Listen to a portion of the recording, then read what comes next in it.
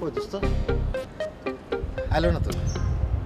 এখন 9টা বাজতে আরো 5 মিনিট বাকি, ও ঠিক 9টায় আসবে। ও আচ্ছা, ওই আইলে কি কথাটা তো কমু? এখন কথাটা বলার দরকার নেই। হ্যাঁ, তুই আগে দেখ তোর পছন্দ হয় কিনা। না তুই যেমনি চেহারা ছবির বর্ণনা দিছিস তাতে তো আমার পছন্দ হইব। জান আমার মতো গাইয়ারে পছন্দ করে কেন আল্লাহ জানে। আর তুই গাইয়া হইলেও তুই কিন্তু দেখতে খুব সুপুরুষ। তাই? আর সুন্দরী মেয়েরা হ্যাঁ, একেবারে সুপুরুষ ছেলেদেরকে ভীষণ পছন্দ করে। তাই নাকি? ওই ওই যে, ওই যে আসছে।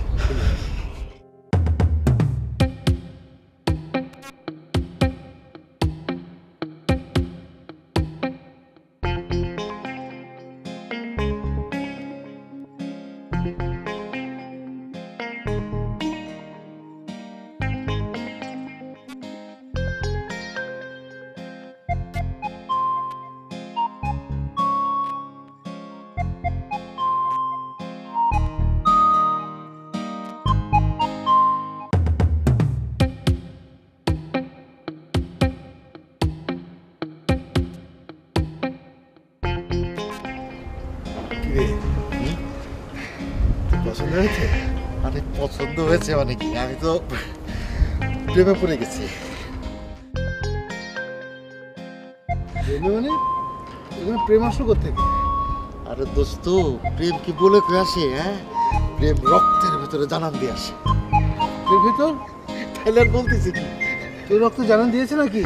শোন, দিয়েছে মানে কি, মানে প্রেমটা হচ্ছে মানে মারিয়াকে দেখা মাত্রই না আমার বুকের ভিতরে ছলাৎ ছলাৎ করে উঠলো।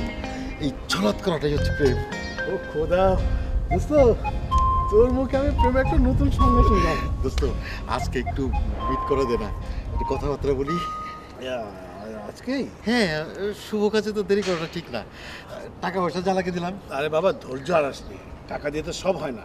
কখন দেখা হবে সেটা আমি তোকে পরে জানাবো। প্লিজ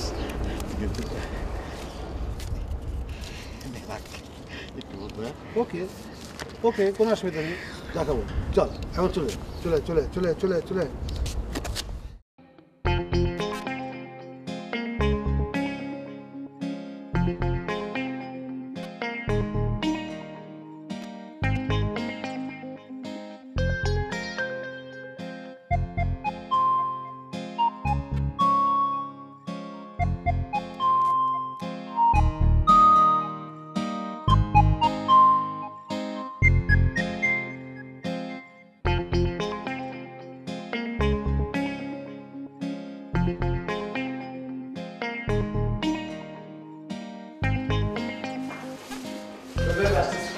হ্যাঁ, কাজে যাবে না? না চলবে, আজকে ছুটি নিয়েছি তো, অন্য একটা কাজ আছে। তা তোমার দেশে যাওয়ার কি হলো? না এখনো কিছু হলো না। শোনো, তুমি যদি দেশে সত্যি সত্যি ফিরে যাও তাহলে আর কোনোদিন বিদেশ যাওয়ার কথা চিন্তা করো না। বিদেশ থাকার যে কি গঞ্জনা সেটা তো এত বছর অস্ট্রেলিয়াতে থেকেই তুমি বুঝতে পেরেছো, তাই না? না আসলে চল ভাই, যদি সিটিজেন না হতে পারে দেশে ফিরলে আর ফিরবো না। সেটাই করো। আচ্ছা, ইয়ে টাকা পয়সা কিরকম সেভ করেছো?